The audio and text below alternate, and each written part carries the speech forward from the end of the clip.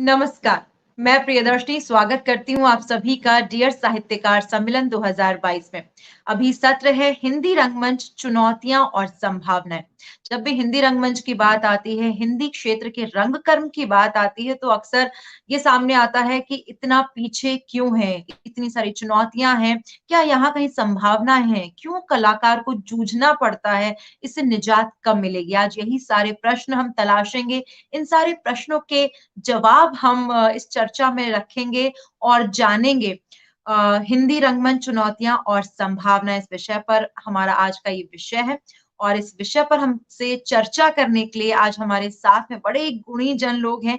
तो मैं दर्शकों के साथ-साथ उनका भी स्वागत करना चाहूंगी। सबसे पहले मैं स्वागत करना चाहूंगी आदरणीय रमेश पुराणा सर का। वर्तमान में आप राजस्थान मेला प्राधिकरण के उपाध्यक्ष पद पर आसीन हैं। इसके इतर आप राजस्थान संगीत नाटक अकादमी के पूर्व अध्यक्ष रह चुके हैं। प्रसिद्ध नाट्य निर्देशक, नाट्यकार, कवि के रूप में आपने एक लंबा अरसा जिया है। आप काफी अनुभवी हैं और आपके सानिध्य में काफी कलाकार निकले हैं, जिन्हें काफी कला को संवारने का, निखारने का मौका मिला है। सर, बहुत-बहुत स्वागत हमारे इस सत्र में, आदरणीय रमेश खुराना जी। मैं रमेश खुराना सर के साथ में स्वागत करना चाहूंगी प्रसिद्ध बॉलीवुड अभिनेता, प्रसिद्ध रंगकर्मी, न जाने कितनी फिल्मों में, कितने सीरियल्स में आपने इनको देखा होगा। कई लोग इनके अभिनय को देखते हुए बड़े हुए, सीखा किस तरह से अपने अभिनय को निखारना चाहिए। जयपुर की आन बान शान। मैं स्वागत करना चाहूंगी इस पटल पर श्री रवि झांकल जी का। सर, स्वागत। नमस्कार प्रिया, थैंक यू। साथ ही साथ हमारे इस सत्र में जो तीसरे वक्ता के रूप में हमारा सहयोग, हमारा साथ निभा रहे हैं, मैं उनका भी स्वागत करना चाहूंगी। राजस्थान यूनिवर्सिटी नाट्य विभाग के असिस्टेंट प्रोफेसर, तमाशा कलाकार और हिंदी रंगमंच के विकास में जो अग्रणी भूमिका निभा रहे हैं, डॉक्टर कपिल शर्मा। सर, आपका स्वागत, बहुत-बहुत स्वागत।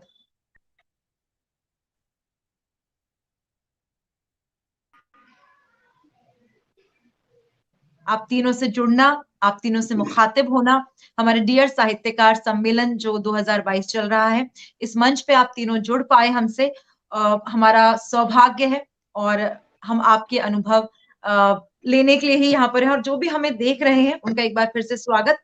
आपके कोई भी कमेंट हैं, जो दर्शक हमें देख रहे हैं, आपकी कोई भी बातचीत हो, अगर आप हमसे पूछना चाहें, जानना चाहें, तो आप बेझिझक पूछ सकते हैं। कपिल शर्मा जी शायद टेक्निकली हमसे जुड़ नहीं पा रहे हैं, वो जल्दी हम हमारे साथ में होंगे, जुड़ेंगे। रमेश सर, चर्चा को आगे बढ़ाते हैं। हिंदी रंगमंच, चुनौतियां और संभावनाएं, अपने आप में एक ऐसा विषय, एक एक ऐसा विस्तृत विषय है जिसके बारे में आज हर कोई प्रयासरत है कि हिंदी रंगमंच आगे बढ़ना चाहिए। बहुत सारे यहाँ पे हमें अक्सर देखने को मिलती हैं चुनौतियां कि भई दर्शकों की कमी है, बजट की प्रॉब्लम है, प्रोफेशनलिज्म की प्रॉब्लम है। सबसे पहले तो हम ये जानना चाहेंगे कि हिंदी रंगमंच की स्थिति क्या है अभी? इस पर आपके क्या विचार हैं? बहुत अच्छा प्रयास। सबसे पहले तो मैं डियर साहित्यकार इस सम्मेलन के आयोजकों को बधाई और धन्यवाद देना चाहता हूं कि एक ज्वलंत विषय और एक ऐसा विषय जो सदा बाहर रहेगा, युगीन विषय है जो कभी खत्म नहीं होगा। रंगमंच के सामने चुनौतियां रहेगी, अगर चुनौतियां नहीं है तो मैं सोचता हूं रंगमंच भी नहीं हो सकता, ये समझना होगा। लेकिन क्रिएटिव चुनौतियां, रचनात्मक और सृजनात्मक चुनौतियां और दूसरी व्यवस्थात्मक चुनौतियां, हमें इनको दो भाग में समझना होगा। तो रचनात्मक चुनौतियां तो एक रंगकर्मी के लिए, एक लेखक, एक निर्देशक के लिए बहुत जरूरी है। वो रहेगी तभी तो वो उद्वेलन हमारे अंदर भीतर से हमको उद्वेलित करता रहेगा। उस चुनौती को हम शो दर शो हम उसको स्वीकार करते रहेंगे। और क्योंकि रंगमंच कभी भी पूरा नहीं होता, एक शो के बाद अगले शो में क्या होगा, वो नई चुनौतियां लेकर हमारे सामने आएगा। तो वो एक अनवरत सिलसिला है जो रहना चाहिए और यही इस रंगमंच की खूबसूरती है और यही जिंदापन रंगमंच को जिंदा रखे हुए है। सबसे महत्वपूर्ण बात दूसरी जो आती है कि रंगमंच की स्थिति को लेकर, और स्थिति को जैसे ही हम बात करते हैं तो वो व्यवस्थात्मक पक्ष, उसके आयोजनीय पक्ष, उसका आर्थिक पक्ष, ये सब चीजें हमारे सामने मुंह बाएं खड़ी होती है। देखिए, हिंदुस्तान में हिंदी रंगमंच की ज्यादा उम्र नहीं है, लेकिन हमारे क्षेत्रीय रंगमंच को हम देखें तो उनकी उम्र बहुत ज्यादा, हमसे ज्यादा है। तो लोक कलाएं जो है वो लोक जीवन से, पारंपरिक कलाएं आम जनजीवन से जुड़ी हुई कलाएं थी और उनका पोषण करना, उनका पालन करना समाज का दायित्व हुआ करता था। लेकिन जैसे ही हिंदी रंगमंच और आधुनिक हिंदी रंगमंच की हम बात करें तो लगभग हमको इसका 75-80 साल का इतिहास मिलता है, जिसमें एक रंगमंच की शक्ल में, एक प्रोफेशनल रंगमंच की शक्ल में ये हिंदी रंगमंच अपनी विचारधारा को, अपने कदमों को आगे बढ़ाता हुआ नजर आता है। देखें हम कि अव्यावसायिक रंगमंच और व्यावसायिक रंगमंच, यहाँ ये दो जो धाराएं हैं। अब अव्यावसायिक रंगमंच को अमेच्योर तो कहा जा सकता है, इमेच्योर नहीं कहा जा सकता। तो जो अव्यावसायिक रंगमंच जो ज्यादातर लोग करते हैं हिंदुस्तान में, और हिंदी रंगमंच का बोझा वही ढो रहे हैं, लगभग हिंदुस्तान का बोझा वही ढो रहे हैं। अब एनएसडी के पास आउट कितने लोग होंगे? बहुत कम, मुश्किल से 30-32 लोग एक साल में निकलते होंगे। लेकिन जो रीजन्स में थिएटर हो रहा है हिंदी का, वो थिएटर अपने आप में करते उस्ताद लोगों का थिएटर है। करते करते लोग थिएटर में पारंगत हो गए और वही लोगों तक जाते हैं। अब उनके सामने हॉल का किराए की जिम्मेदारी है, रिहर्सल्स के खर्चों की जिम्मेदारी है। बड़ा नाटक का शो नहीं कर पाते वो, उसकी सेट डिजाइनिंग, लाइटिंग, उसके कॉस्ट्यूम, मेकअप्स के बारे में इतना वो नहीं कर पाते। तो फिर वो प्रयोग के नाम पर इधर उधर की चीजें करने लग जाते हैं। तो प्रयोग के नाम पर रंगमंच में इधर उधर की चीजें की जाएगी तो रंगमंच कमजोर होगा, और वो कमजोरी पिछले 30-35 वर्षों में हमें नजर आई। हम प्रयोग के नाम पर लोगों को घुट्टी पिलाना चाहते हैं, घासा पिलाना चाहते हैं, वो लोग नहीं पिएंगे। और फिर हम कई निर्देशकों के, कलाकारों को देखते हैं कि मैं तो स्वांत सुखाए रंगमंच करता हूं। रंगमंच स्वांत सुखाए होता ही नहीं है, क्योंकि ये इंडिविजुअल आर्ट नहीं है, ये ग्रुप आर्ट है। तो ग्रुप आर्ट की पहली शर्त है कि हम स्थितियों का जो अनुकरण करते हैं, वो सामने कोई बैठा है उसका रंजन करें, उसको अपने साथ मिलाएं। तो इस चुनौती को समझते हुए मैं सोचता हूं कि एक धीरे धीरे धारा बढ़ चली कि रंगमंच सरकार जीवी होने लग गया। सरकार की जिम्मेदारियां हैं, हर युग में राज्य पोषित रंगमंच और कलाएं रही है, ये शर्त है। लेकिन रंगमंच राज्य की भरोसे, राज्य के अनुदान, आर्थिक सहयोग, उनके भरोसे रंगमंच जिंदा नहीं रह सकता। रंगमंच को अगर जिंदा रहना, इस चुनौती को स्वीकार करना है तो समाज के दिल में बैठना होगा। एक वक्त था, रवि जानते हैं, कि जयपुर में टिकट खरीदने के लिए भीड़ पड़ती थी बुकिंग पर, और वो 80 का दशक हम याद करें कि पूरे देश में हिंदी रंगमंच का जो ऐसा जुनून चला कि लोग सिनेमा से ज्यादा रंगमंच की ओर आकर्षित हुए। करने के लिए लेखकों के पास प्लेस नहीं थे, डायरेक्टर्स को प्लेस नहीं मिल रहे थे, ये स्थिति थी। उस जुनून में प्रतिबद्धता तो थी, लेकिन रंगमंच में जो दर्शक को हमने भुला दिया है धीरे धीरे, उसको भरत ने अपने नाट्यशास्त्र में भी कहा है कि हम करते प्रेक्षक के लिए है। प्रेक्षक, जिसको हम आजकल दर्शक कहने लगे हैं, वो अगर हमारी अनुभूतियों के साथ नहीं जुड़ता है, वो अपनी संवेदनाओं से हमारे साथ आत्मसात नहीं होता है, तो फिर ये हमारा रंगमंच करना व्यर्थ होता है। इसलिए हमें परफेक्ट रंगमंच करना, ये चुनौती है हमारे सामने कि रंगमंच हम परफेक्ट करें। अंडर रिएक्ट प्रोडक्शन बहुत सारे होने लग गए हैं, रंगमंच की लोग संख्या बढ़ाने लग गए, मैंने इतने नाटक कर दिए, इतने लिख दिए, उससे नहीं होगा। हम एक नाटक करें, 5 साल करें, 10 साल करें, लेकिन लोग उसको देखने के लिए आने चाहिए, लोग उसके ऊपर पैसा खर्च करना चाहिए। और आजकल तो कॉर्पोरेट का युग है, देखिए प्रिया जी, कॉर्पोरेट का युग है। कॉर्पोरेट की एक बड़ी चुनौती है हमारे सामने। कॉर्पोरेट चाहता है रंगमंच हमारी शर्तों पर चले, लेकिन रंगमंच में स्वाभिमानी ही लेखक होता है, स्वाभिमानी ही एक्टर होता है, स्वाभिमानी निर्देशक होता है, और हम चाहते हैं समाज को अपनी तरफ से बात को कहें। लेकिन ये व्यवसायिक जो दौर चला है, बाजारवाद चला है, ये भी रंगमंच को अपने शिकंजे में लेना चाहता है और कई जगह ले चुका है। हम आज ऑफ ब्रॉडवे की बात करें तो देखें कि पूरा रंगमंच कंपनियों के हाथों में है। हाँ, हमारे यहाँ भी रंगमंच कभी कंपनियों के हाथों में हुआ करता था, जब पारसी थिएटर हिंदुस्तान में चलता था। उस वक्त पैसे की चुनौती नहीं थी, लोगों को तनख्वाही मिलती थी, लेकिन कंपनियों के हाथों में रंगमंच जाते ही उसकी प्रतिबद्धताएं कुछ और हो जाती है। फिर हमें बाजारवाद की भाषा बोलनी पड़ेगी, बाजारवाद का रंगमंच करना पड़ेगा और जो रंगमंच की जीवंतता की खूबसूरती है वो खत्म हो जाएगी। इसलिए हमें चौतरफा चुनौतियों को देखना चाहिए। एक चुनौती हमारे आर्थिक संबल की है, दूसरी चुनौती रंगमंच पे जो लोग आते हैं बहुत कैजुअली थिएटर को करने लग जाते हैं और रंगमंच को उन्होंने सिनेमा में जाने की सीढ़ी समझ लिया है।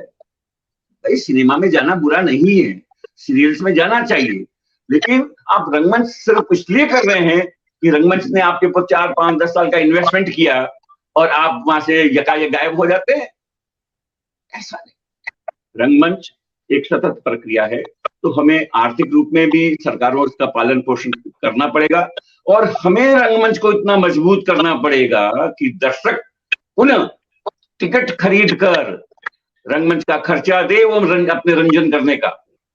और सरकारों को भी, जो सरकारी संस्थाएं हैं, चाहे वो एकेडमी हो या और कोई कला केंद्र हो, कुछ भी हो, उनको भी ये फ्री की परंपराएं बंद करनी चाहिए।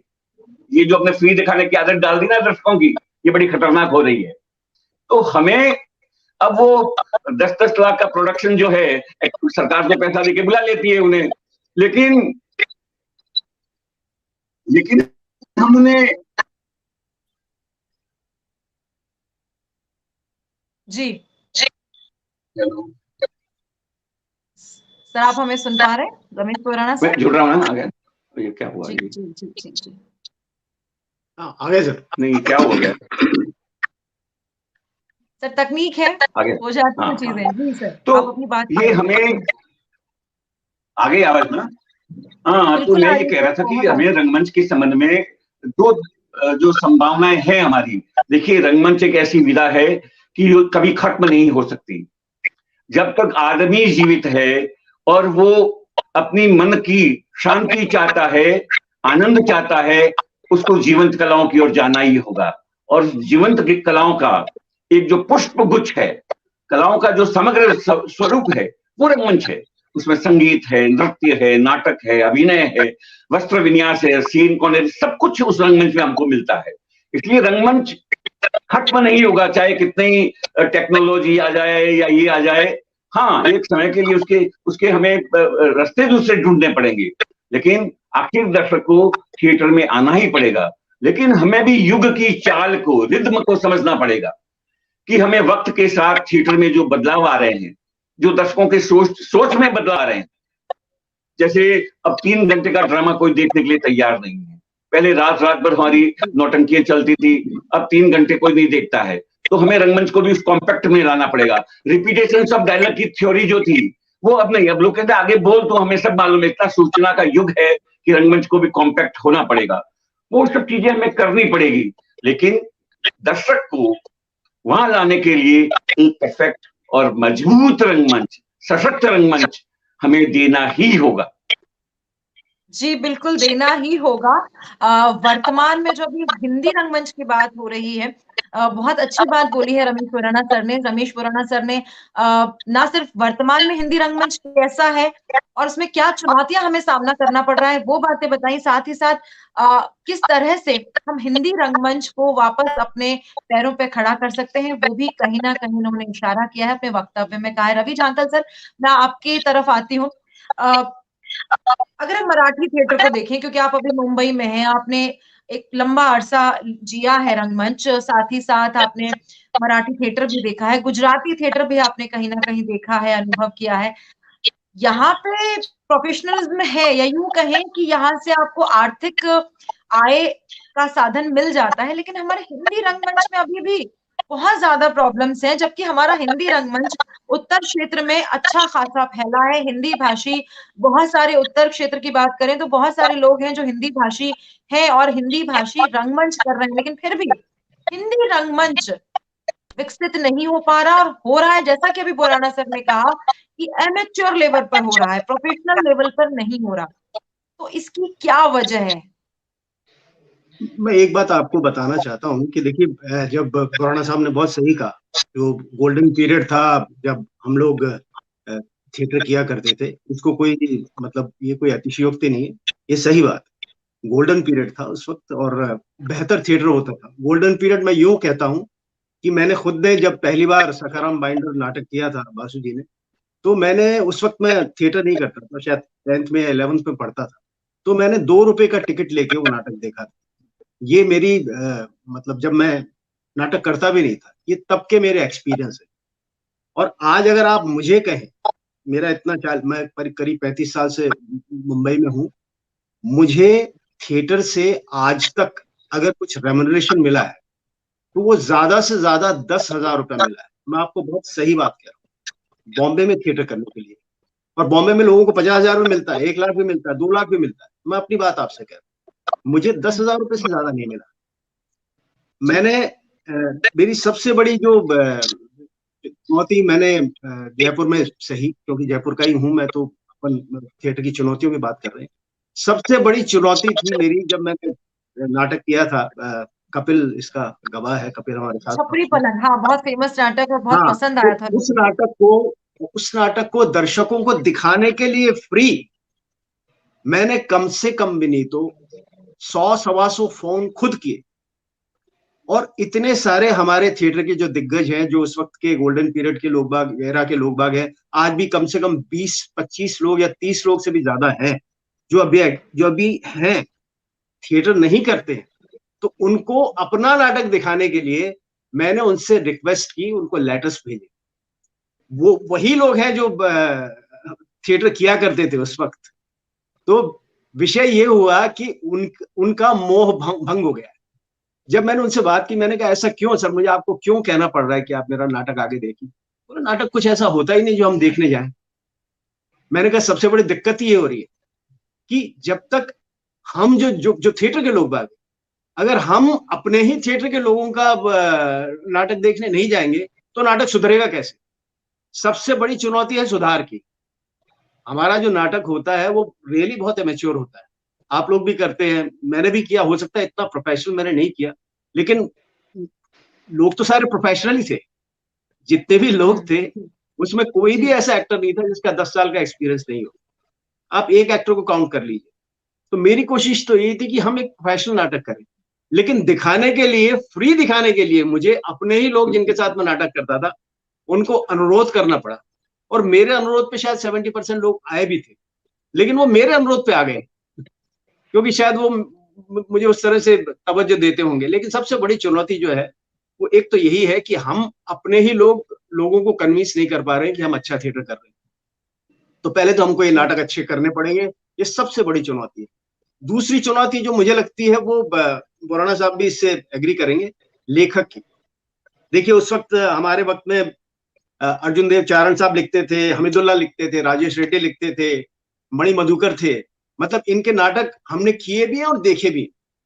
लेकिन आज की तारीख में अगर लोग लिखते भी हैं, मान लीजिए लिखते भी हैं तो अपने लिए लिखते हैं। जैसे मैं आपसे एक बहुत छोटी सी एग्जांपल देता हूँ। इला अरुण नाटक लिखती हैं, मैं इला अरुण के साथ मतलब जब से हम यहाँ आए उनके साथ नाटक करते हैं। वो बहुत नाटक अच्छे लिखती होंगी अपने तरीके से, बहुत अच्छा भी लिखती है, मैं ऐसा नहीं कहता, क्योंकि मैंने उनके बहुत सारे नाटकों में पार्टिसिपेट, लेकिन वो अपने लिए लिखती हैं। मतलब उस नाटक में वो खुद होंगी ही होंगी। तो एक तो ये जो पहले जो हम करते थे नाटक, उसमें ऐसा कुछ भी नहीं होता। वो दर्शकों के लिए होते थे, इतने बढ़िया ब्यूटीफुल सटायर होते थे। राजेश रेड्डी ने इतने बेहतरीन नाटक लिखे हैं। तो आज के वक्त में सबसे बड़ी दिक्कत हो रही है। एक मैंने नाटक किया था, मैं भाई साहब से भी कह रहा था, पोड़मपुर रोख्याल, राजस्थानी का नाटक। मैं अपने आप को बहुत दुर्भाग्यशाली समझता हूँ कि मैंने राजस्थानी जितनी भी बोली है वो सिनेमा में बोली है।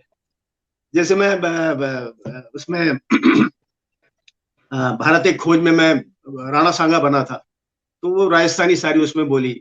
या फिर मैं पृथ्वीराज चौहान बना था तो उसमें राजस्थानी बोली। या हमने एक फिल्म की थी, राजस्थानी में ही थी, तो उसमें राजस्थानी बोली। तो मेरा तो ऐसा दुर्भाग्य है कि मैं अपनी भाषा जो है मैं कभी स्टेज पे बोल ही नहीं पाया। और मैं चाहता हूँ कि ये मैं अभी जब बोराना साहब से मिला था तो मैंने उनसे कहा भी था, मैंने कहा भाई साहब कोई नाटक राजस्थानी में करना है और मुझे कोई दिक्कत नहीं कि मैं आकर के और वहां चाहे मुझे 1 महीना रहना पड़े, मैं वहां 1 महीना 1.5 महीना रहना पड़े, लेकिन हम करना चाहते हैं। तो आप ऐसी जो जो आपका इंटरेस्ट है, वो इंटरेस्ट हमारा तभी पूरा हो सकता है जब हम सब जुटे। एक्चुअली हमारी सबसे बड़ी चुनौती अभी हो गई है कि एक नहीं रहा हमारा थिएटर। हमारा थिएटर एक नहीं है। अगर किसी का नाटक होता है तो उसको लोग देखने नहीं आते, क्योंकि उन्होंने ये मान लिया कि नाटक बहुत बकवास होगा। और उससे बड़ी चुनौती क्या हो गई कि कोई भी हमारे नाटक को कवर नहीं करता। मेरे नाटक में लोग देखने के लिए आए तो उन्होंने कहा साहब क्या है आपका, लिख के दीजिए। मैंने कहा भाई साहब लिख के नहीं दूंगा, आप बैठ के नाटक देखिए, आपको पसंद आए तो लिखिएगा, नहीं तो। हमने लिख के ही नहीं दिया। हमने कहा हम नहीं लिख के देंगे आपको, हम आपको पर्ची नहीं थमाएंगे, वो आप पर्ची देख के आपको अगर करना है तो आप रिव्यू करो, नहीं तो आप मत आओ, हम आपको नहीं देंगे। इन्विटेशन हम आपको उस तरह से दे देते हैं, लेकिन हम आपको वो पर्ची नहीं थमाएंगे जो आप मतलब बस करके और अब एक रिव्यू से, क्योंकि बंदी हो गया है वो। कहाँ मुझे बताए कौन रिव्यू करता है हमारा नाटक? उसका सबसे बड़ा नुकसान हमको हो रहा है। प्रिया आप देखो, हम कुछ भी करते हैं, हमको कोई जज करने वाला ही नहीं है। हम ये जितने भी भाई साहब बहुत सही कह रहे थे कि नाटक कभी भी सरकार के उससे नहीं चल सकता। हम अब, और सबसे बड़ी दिक्कत यही हो गई थी। आज वो दिक्कत बहुत कम हुई है क्योंकि सरकार ने हमारा गला दबा दिया है। पहले एक संस्था चार वो अपने प्रोजेक्ट डाल सकती थी, उसके बाद बहुत लोगों ने उसको मिसयूज करने की कोशिश की, बहुत लोगों ने मिसयूज भी किया। मतलब जिसका कोई काम नहीं था वो भी सरकार से जो है अनुदान लेता था, और इसमें इतना करप्शन था मैं आपको बता नहीं सकता। मतलब करप्शन से आर्टिस्ट कैसे लड़े? आर्टिस्ट आसानी से पैसे दे देता था। मतलब मैं तो मिलने गया था हमारे इशू को लेकर के, भाई साहब बैठे हुए अभी, उस वक्त महेश जी थे, बीजेपी की सरकार थी। तो उस वक्त जब हमारे ऊपर कुछ ऐसी बात हुई थी जयपुर में, आप लोगों को पता है, तो हम उनसे मिलने गए तो उन्होंने मेरे मुंह पे ही बोला, ये बताइए आपको कितना % मांगा? मैंने कहा साहब हमसे तो किसी ने बोल नहीं, हमारे यहाँ तो 25% का रेट चल रहा है। अच्छा। ऐसा आलम है, मैं बता रहा हूँ, आज भी है, आज भी ये स्थिति है। लेकिन आज थोड़ी अवेयरनेस है, लोग बाग घबराए हुए भी हैं। मतलब ऐसा नहीं है, आज अगर कोई प्रॉब्लम आएगी, मुझे अगर कोई प्रॉब्लम आई तो मैं सबसे पहले भाई साहब से बोलूंगा, बोराना साहब से। मैंने कहा सर ये दिक्कत आ रही है, हम लोग ऐसा कर रहे हैं। तो क्योंकि ये नाटक को अच्छे से जानते हैं, ये सब लोगों की समस्याओं को समझते भी हैं। और भाई साहब बोराना साहब इसीलिए जाने जाते हैं क्योंकि ये पॉलिटिशियन नहीं है। मैं तो इनको कहता हूँ ये पॉलिटिशियन है नहीं, ये तो आर्टिस्ट है। लेकिन मेरे नंबर कटवा दोगे? मेरे नंबर कटवा दोगे आप मुख्यमंत्री के पास? क्योंकि सबकी समस्या सुनते हैं। अगर मुझे कोई भी थिएटर से या तो किसी चीज से रिलेटेड कोई बात होती है तो मैं तो इन्हीं से कहता हूं जाके। जैसे पहले भसीन साहब थे हमारे, आज भी हैं भसीन साहब। भसीन साहब को आज भी आप कहिए कोई बात, कोई नाटक करने की बात कहिए, आज भी वो कहते हैं कि नहीं यार तू आजा, तू करना चाहता है ना, मैं हूं, तू आजा। तो ऐसे ही लोग जुटाने पड़ेगा और हमको एक ऐसा कुछ काम करना चाहिए। पता नहीं, मैं कोशिश करूंगा इस बार कि एक बार हम जितने भी लोग बाग हैं, चाहे 100 लोग हैं, 200 लोग बाग हैं, हम सब एक जगह इकट्ठे हों और सब हम ये जो हमारी चुनौती है हमारे सामने बेहतर नाटक करने की या अपने आप को सुधारने की, ये कम से कम ये शुरू होनी चाहिए। हमारी सबसे बड़ी चुनौती यही है, क्योंकि हमको कोई सुधारता ही नहीं है, हमको कोई ये कहता ही नहीं कि तुमने बहुत गलत किया। मैं आपको बताता हूं, अगर भानु भारती कोई नाटक करते थे उस वक्त में, तो सरताज जी भी देखने आते थे, एस वासुदेव सिंह भी देखने आते थे, शशि शर्मा भी देखने आते थे, और कम से कम में नहीं तो 50, 60, 70 आर्टिस्ट होते थे आपका प्ले देखने के लिए, और बाद में फोयर में खड़े होकर के आपके नाटक को डिस्कस करते थे। यार उसमें ये चीज ऐसी थी, तेरे कॉस्ट्यूम बहुत खराब थी। तो मुझे बताइए, जब आपको आपके ही लोग मॉनिटर करेंगे तभी आप सुधार कर सकते हैं। अब जब कोई मॉनिटरिंग करने वाला नहीं है तो भैया मैं जो कर रहा हूं ऊपर, मैंने अपने ऊपर जो है जो भी अपना उस पे रविंद्र मंच पे ऊपर का जो थिएटर है उसके अंदर 100 लोग बैठते हैं। आपने सरकार से अनुदान लिया, उसमें नाटक कर दिया, उसमें आपने 10 लोग बिठाए, 15 लोग बिठाए, हू नोस, आपने फोटो खींचे भेज दिया। लेकिन मैं कहता हूं प्रिया, आपकी और हमारी जिम्मेदारी भी तो है। एक नाटक हम कर लेंगे, एक बार सरकार से अनुदान ले लेंगे, नाटक तो मतलब गो ऑन प्रोसेस है, तो खत्म होने वाला नहीं है। तो चुनौती हमारी अपनी है। जी, मैं हमारी उसी अपनी बात पर चुनौती। आ और रही हूँ। हाँ, जी जी जी सर, बोले बोले बोले सर जी। तो चुनौती, मैं कह रहा हूं जो चुनौती है वो हमारी अपनी चुनौती है कि हम अपने आप को कैसे करेक्ट कर सकते हैं, क्योंकि हमें करेक्ट करने वाले लोग नहीं है, और उनको करेक्ट करने वाले लोगों को आना चाहिए, हमको लेके आना चाहिए। अगर तुम कोई बिल्कुल नाटक सर। करती हो तो तुम्हारा प्रयास होना चाहिए कि भाई मैं जितने भी हमारे लोग बाग हैं मैं सबको फोन करूं और कहूं सर मैं ये नाटक कर रही हूँ, प्लीज आइए आप। क्योंकि एक नाटक के जो सरताज जी है, मैंने सरताज जी को भी फोन भी किया था बीच में, मुझे बड़ी खुशी हुई। वो नए नए बच्चों के साथ काम कर रहे हैं, कितना वो कैसे एमेच्योर कर रहे हैं, क्या कर रहे हैं, लेकिन मैं कह रहा हूं उन्होंने एक जोत तो जगाई हुई है। हम तो वो नहीं बिल्कुल कर रहे हैं। बिल्कुल जी। हम तो वो नहीं कर रहे हैं। जो कर रहे हैं कम से कम उनको आप अप्रिशिएट तो करें। मैंने मैं सरताज जी को अब बहुत सर अच्छा इसी लगा। बात पे आना चाह रही हूँ, मैं अब इसी बात पे आना चाह रही हूँ कि जो पहले होता था, जैसा अभी बुराना सर ने भी जिक्र किया, आप भी जिक्र कर रहे हैं कि पहले ऐसा होता था। अ, इस बात में मैं थोड़ा सा विराम दे रही हूँ। जो हमसे जुड़े हैं, एक बार मैं उनका मैसेज आप तक पहुंचा दूं, उसके बाद मैं कपिल शर्मा जी पर आऊंगी। प्रेमचंद्र गांधी जी हमसे जुड़े हुए हैं, जीनत खान हमसे जुड़ी हुई हैं, प्रणु शुक्ला जी, ईशनवी, डॉक्टर राकेश, बलदेव महर्षि, सुनील नारलोलिया और किनकणी, ये हमसे जुड़े हुए हैं। सभी आपको साधुवाद सत्र को लेके बहुत-बहुत बधाइयां दे रहे हैं और आकर्षक सत्र है। इस तरह के टिप्पणियां, इस तरह के अच्छे कमेंट्स हमें मिल रहे हैं। आप सभी का धन्यवाद और स्वागत, जितने भी दर्शक, जितने भी व्यूअर हमें देख रहे हैं। आपका कोई भी प्रश्न हो तो आप कमेंट बॉक्स में जाके टाइप कर सकते हैं। सर रवि शंकर सर, आप ही की बात को मैं बढ़ाती हूँ आगे, और ये जो पहले होता था और अब बदलाव हो गए हैं, अब ये चीजें हो गई हैं, क्यों हो रहा है? कपिल शर्मा जी, मैं आपसे जानना चाह रही हूँ, सर कपिल शर्मा, कि कहीं, क्योंकि आप यूनिवर्सिटी में हैं, आप हर साल ड्रामा डिपार्टमेंट से बहुत सारे स्टूडेंट्स निकलते हैं, आप खुद ड्रामा डिपार्टमेंट से स्टूडेंट रह चुके हैं। हमारे ही प्रदेश में यूं कहें कि यूनिवर्सिटी है, ड्रामा डिपार्टमेंट है, राजस्थान में भी अच्छे खासे कई इंस्टीट्यूट्स हैं, दिल्ली की बात करें वहां भी एक नेशनल लेवल का नेशनल स्कूल ऑफ ड्रामा है।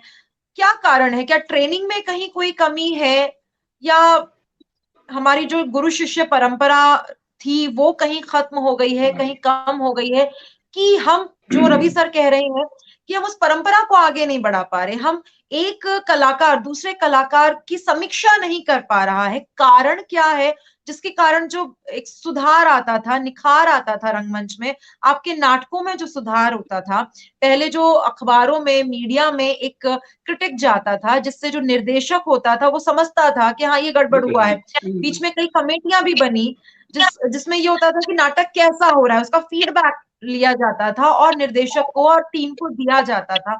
अब क्या कारण है ऐसा, जो चीजें पहले जैसी नहीं है, और हमारा जो हिंदी रंगमंच है वो कहीं ना कहीं उतना विकसित या और ज्यादा जितना पॉपुलर होना चाहिए समय के साथ में, वो नहीं हो पा रहा है? वो कारण बताएं।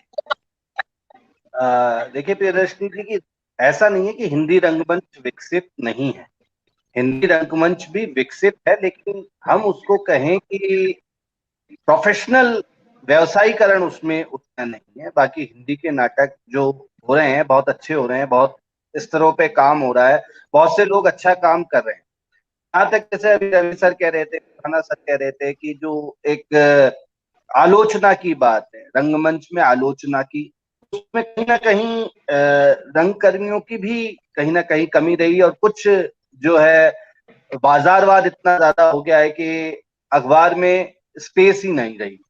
पहले जो अखबार में स्पेस मिला करती थी, साप्ताहिक रूप से समीक्षाएं छपा करती थी, साप्ताहिक रूप से जैसे पत्रिका में, इतवारी पत्रिका एक सेगमेंट आया करता था संडे के संडे, जिसमें बाकायदा उस वीक नाटक हुआ करते थे, वो आते थे। दैनिक भास्कर में समीक्षाएं आया करती थी, नवज्योति में समीक्षाएं आया करती थी। लेकिन कुछ तो कारण ये रहा कि जब समीक्षाएं होती थी, और इसके अलावा जैसे बड़े बड़े जैसे वंशीपुरी फेस्टिवल होता था या लोक कला मंडल में कोई नाटक होता था, तो उसके अगले दिन एक गोष्ठी का सत्र भी आयोजित किया करते थे। रमेश बुनाना सर जानते हैं कि नाटक के अगले दिन गोष्ठियां हुआ करती थी। लेकिन हुआ क्या कि लोगों ने जो क्रिटिसिज्म है, जो आलोचना है, एक तो आलोचना जो की जाने लगी वो भी कुछ क्या कहते हैं बायस्ड होने लगी, तो जबरदस्ती की आलोचना होने लगी। और दूसरा, आलोचना को स्वीकार करने का जो भाव था वो धीरे धीरे कम होता गया। बाकायदा अखबार में कभी किसी की गलत रिपोर्ट रहते थे, बाकायदा कुछ रिपोर्टरों ने बताया कि उनके पास फोन आने लग जाते थे धमकी भरे कि आपने ऐसा कैसे लिख दिया, आपने वैसा कैसे लिख दिया, मेरे फिल्म के बारे में ऐसा कैसे लिख दिया, इस तरह के उनको धमकी भरे फोन आने लगे। तो अब वो घटके कहीं ना कहीं रिपोर्टिंग तक रह गया है। अब नाटकों की समीक्षाएं नहीं हो रही है, नाटकों की रिपोर्टिंग हो रही है। अभी कुछ दिनों पहले भास्कर ने फिर शुरू करा था, विभिन्न जो नाटक के जो कलाकार हैं उन्हीं के व्यू लिखते थे, उसमें भी यही समस्याएं आई कि लोग उसको स्वस्थ रूप से ना लेकर पर्सनली लेने लगे कि अरे इसने नाटक के बारे में बुरा बोल दिया, अरे इसने भी नाटक के। तो लोग जो अपनी कमियां हैं उनको स्वीकारने के लिए भी तैयार नहीं है। अगर वो उनको स्वीकारने के लिए तैयार होंगे तभी वो उसमें आगे सुधार कर पाएंगे और डेवलपमेंट हो पाएगा। तो एक स्वस्थ परंपरा विकसित करनी होगी। और कहीं ना कहीं एक जो दूसरी समस्या है जो मैं पहले देखा करता था कि पहले के जो पता चलता है कि साहित्यकार या जो रंगमंच जो खेलने वाले हैं उनके बीच में दूरियां नहीं थी, लेकिन आज के आप देखें तो एक बहुत ज्यादा गैप आ गया है नाटक लिखने वालों में और नाटक सुनने वाले। और जैसा कि सर ने कहा, अभी सर बिल्कुल मैं उससे सहमत हूँ कि जो लोग नाटक लिख रहे हैं वो अपने लिए ही लिख रहे हैं। जैसे हमारे यहाँ भी जो लोग हैं जो अपने लिखे नाटक वो खुद ही करते हैं, उनके लिखे नाटक दूसरे लोग नहीं करते। जब तक आपके लिए लोग दूसरे नाटक लोग नहीं करेंगे तब तक आपका नाटक भी उतना पॉपुलर नहीं होगा। दूसरा, रिपीट शो नहीं हो रहे। जैसे कोई एक नाटक तैयार करता है तो उसके 1 शो 2 शो 5 शो, इससे ज्यादा शो नहीं हो रहे। हमारे राजस्थान में ही अगर हम देखें तो हमारे 32-33 जिले हैं, तो अगर हर नाटक हर जिले में भी जाके आप शो करें तो 33 शो तो आप अपने राजस्थान में कर सकते हैं।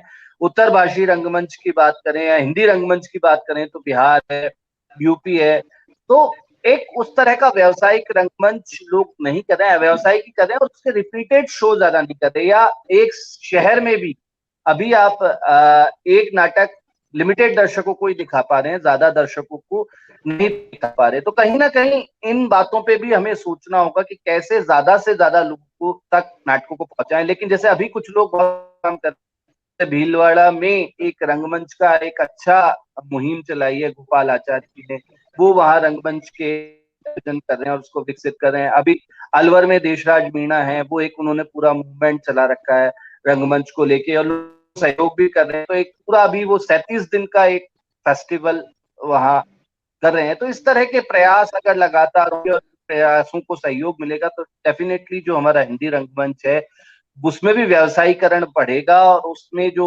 सर समस्या जो चुनौतियां उठाई हैं कि आलोचना नहीं हो रही है, आलोचना स्वस्थ आलोचना नहीं हो रही, ना तो लेने के स्तर पर ना करने के स्तर पर, तो उसको करने की जरूरत है। और जैसा कि अभी बात चल रही थी कि ग्रांट मिल रही है, तो ऐसे ऐसे लोग भी हैं जो एक ही प्रोडक्शन के लिए ग्रांट भी ले रहे हैं, 2 जगह से ग्रांट के बाद बच्चों से फीस भी ले रहे हैं, जो भी ले रहे हैं, लेकिन उसके बाद भी प्रोडक्शन का स्तर नहीं, वो नाटक स्तरीय नहीं।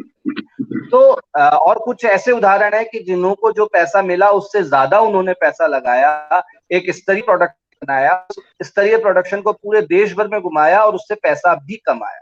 तो अगर आप वही प्रोफेशनलिज्म की बात करते हैं, प्रोफेशनलिज्म आपके काम में भी प्रोफेशनलिज्म होना चाहिए। आप प्रोफेशनली कोई काम करेंगे, अच्छे तरीके से काम करेंगे तो आपको पे बैक भी करेगा। जी जी। रमेश सर, अभी रिपीट शो की बात आई है और बात आई है कि हम कैसे प्रोफेशनलिज्म की तरफ बढ़ सकते हैं। रिपीट शो किस तरह से, क्योंकि ये फिल्म नहीं है। फिल्म में क्या होता है कि आपने एक बार फिल्म बना दी और वो बस सालों साल चलती आई है, चाहे से हम कई फिल्मों के उदाहरण हमारे पास में है। कुछ कुछ होता है ले लें, शाहरुख खान काजोल की वो फिल्म आई थी, बहुत सारी फिल्में हैं। लेकिन नाटक फिल्म नहीं होता है, उसके हमें हर बार शोज करने पड़ते हैं। और कहीं ना कहीं एक बार एक नाटक तैयार हो गया, उसका बजट हो गया और उस बजट को निकलेगा तब जब वो उसके रिपीट शोज होंगे। लेकिन ये मुद्दा सामने जो आया है, कैसे रिपीट शोज हों, क्योंकि वाकई में हमारे राजस्थान में अपने आप में कितने जिले हैं, उत्तर भारत में अपने आप में बहुत सारे स्टेट्स हैं, शोज कैसे होंगे। और अगर हम जयपुर शहर की बात करें तो यहाँ पर आपको 1 नहीं, 2 नहीं, 10 नहीं, बल्कि आपको कई निर्देशक मिलेंगे और हर दिन नया नाटक तैयार होता है, बस क्वालिटी नहीं होती है। कुछ है जो स्तरीय नाटक होते हैं, लेकिन कुछ है जो नहीं होते हैं, लेकिन स्तरीय नाटकों को भी रिपीट शो नहीं मिल रहा है, तो किस तरह से होगा। प्रेमचंद्र गांधी जी हमसे पूछ रहे हैं किस तरह से, उनका मैं सवाल वापस लूंगी, लेकिन सर अभी मेरे सवाल पर थोड़ा सा मैं चाहूंगी कि आप इस पर लोगों को बताएं कि रिपीट शोज किस तरह से कोई भी निर्देशक कर सकता है। प्रिया, तुम्हारा सवाल बहुत बेहतरीन है और समसामयिक सवाल है, और ये सबसे बड़ी चुनौती है कि एक प्रोडक्शन तैयार करने में जितना खर्चा आता है, जितनी मेहनत लगती है, वो बात अगर रिपीट प्रोडक्शन नहीं होगा तो न तो कलाकार को खुद को सुख मिलेगा, न निर्देशक की जो कल्पना वो और फिनिश करना चाहता है वो उसके मौके मिलेंगे, और जन जन तक जो बात पहुंचाना चाहता है थिएटर के माध्यम से वो भी नहीं पहुंचा पाएगा। तो इसके लिए आपको जानकारी है कि जब मैं 98 में अकादमी का अध्यक्ष बना था और जब मैं 80 में रंगमंच करता था तो रंगमंच जयपुर में सबसे ज्यादा होता था। जयपुर के बाद जोधपुर थिएटर को डेवलप किया गया, कुछ प्रोडक्शन यहाँ होने लगे और 1-2 संस्थाएं यहाँ काम करती थी। तो फिर जोधपुर और जयपुर 2 जगह हुई राजस्थान में थिएटर करने की, फिर उदयपुर डेवलप हुआ। और जब मैं अकादमी का अध्यक्ष बना तो मैंने मासिक नाट्य प्रदर्शन योजनाएं शुरू की। तो मैंने बीकानेर में प्रति महीने नाटक करने की शुरुआत की। तो एक नाटक जयपुर का वहां हो, जोधपुर का हो, उदयपुर का हो, जहाँ के प्रोडक्शन तैयार हो वहां के नाटक वहां हो, यहाँ का नाटक वहां जाए। फिर उदयपुर के साथ हमने एक और प्रयोग किए कि मासिक वहां भी हमने लोक कला मंडल के साथ शुरू किए। फिर वहां पर उन्होंने जो है पश्चिम क्षेत्र सांस्कृतिक केंद्र शुरू किए। मैंने अजमेर को एक सेंटर डेवलप करने की कोशिश की कि अजमेर में भी नाटक हो, लेकिन वो बहुत ज्यादा स्कीम चल नहीं पाई। तो हमें अभी ठीक कह रहे थे कपिल कि जो देशराज ने काम शुरू किया है अलवर में, ऐसी जिजीविषा भरे और जुझारू लोग हमको चाहिए जो जिलों में रंगमंच को के आयोजक के रूप में भी और एक क्रिएटर के रूप में भी एक संवाद और एक कड़ी बन सके। तो हम चाहते हैं कि जैसे मैं जोधपुर का मैं थिएटर करता हूँ मोस्टली ज्यादा, तो हमारा बाड़मेर है, पाली है, जालोर है, जैसलमेर है, ये डेवलप हो। जयपुर के पास भी जो है दूदू में हो जाए, या आसपास के सीकर में हो जाए। तो ऐसे सेंटर हमें डेवलप करने पड़ेंगे। जितने सेंटर राजस्थान में डेवलप होंगे उतने ही प्रोडक्शन की संख्या बढ़ेगी तो प्रोडक्शन की क्वालिटी बढ़ेगी, और क्वालिटी के साथ हमें कलाकारों को, मैं इस बात से सहमत हूं कि कलाकारों को जब पारिश्रमिक नहीं मिलेगा, मैं उसको पारिश्रमिक नहीं मानदेय कहता हूं, अगर मानदेय नहीं मिलेगा तो वो खाएगा किसको। तो इस बहाने जब प्रोडक्शन बढ़ेंगे तो उसको रेवेन्यू भी जनरेट होगी और वो चीजें, तो एक रास्ता ये हो सकता है। दूसरा रास्ता है कि हम अपने रंगमंच के अपने स्तर पर कितने रिपीट शो कर सकते हैं। जैसे सरकार ने आपको बहुत सस्ते हॉल उपलब्ध करवा रखे हैं। हॉल की ज्यादा रेट अभी तक नहीं है, कहीं 1-2 जगह बढ़ी है तो हमने कहा नहीं इतनी रंगमंच का किराया वहन नहीं कर सकता, तो सामान्य किराए में कुछ हमें आयोजक वहां पैदा करने पड़ेंगे। जैसे अभी बसीन की बात कर रहे थे रवि, तो ऐसे आयोजक और ऐसी स्थानीय संस्थाएं भी बहुत सारे लोग हैं जो इस तरह के प्रोडक्शंस करते हैं। हमें स्कूल और कॉलेज जाना पड़ेगा।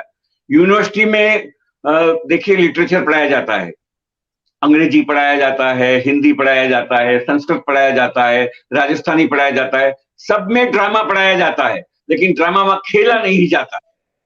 बिल्कुल पढ़ाने वाले ड्रामे भी वहां मंचित होने लग जाएं तो हमें एक तो रिपीट शोज मिलेंगे, साथ ही हमें वहां की नई जनरेशन के रूप में ऑडियंस मिलेगी जो हमारे बाहर आकर थिएटर में भी वो नाटक देख सकें।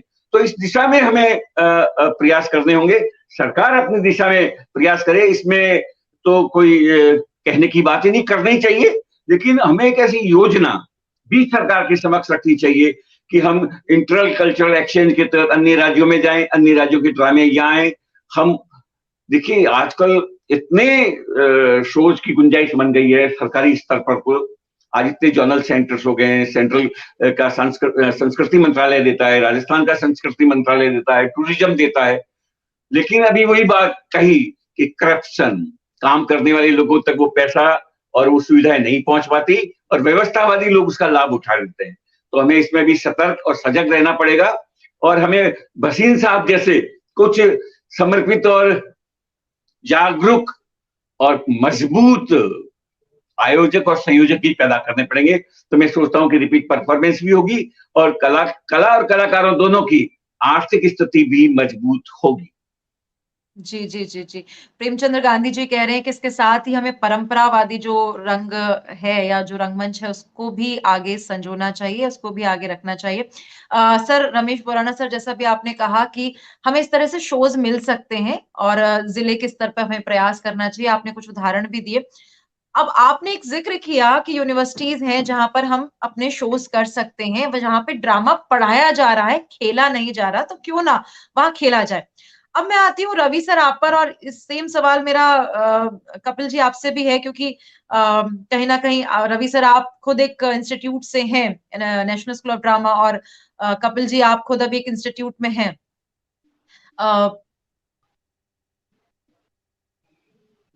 एक प्राप्ति जी कह रही हैं, sir my suggestion is that actors can play their shows in school college so we can get more audience. बिल्कुल, स्कूल कॉलेज में जो अभी बात कही रमेश पुराना सर ने कि स्कूल कॉलेज में अगर ये खेला जाएगा तो हमें आर्ट लवर्स मिलेंगे, हमें ऑडियंस मिलेगी नाटक के लिए। ये बात बिल्कुल बात सही है।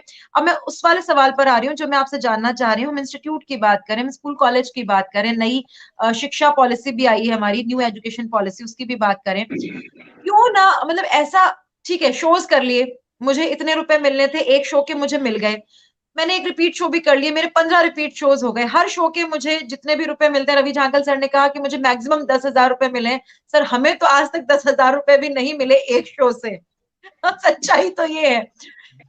उसकी बात करें कि हमारी जो एक सैलरी हो, जिससे हम ये सोचे कि एक रंगकर्मी भी अपना एक अच्छा जीवन यापन कर सकता है, तो रोजगार कैसे उपलब्ध करवाया जाए।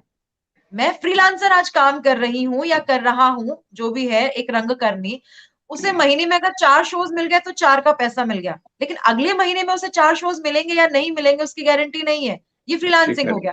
इसके लिए ऐसी क्या संभावना हो सकती है, हम संभावनाओं पर आ रहे हैं कि हमें इसका एक महीने का जो सैलरीज आती है जैसे बाकी जगह, अगर हम रोजगार में है तो रोजगार कैसे मुहैया हो, क्या हो सकता है, उस पर बात करेंगे हम रवि सर और कपिल जी आप दोनों से।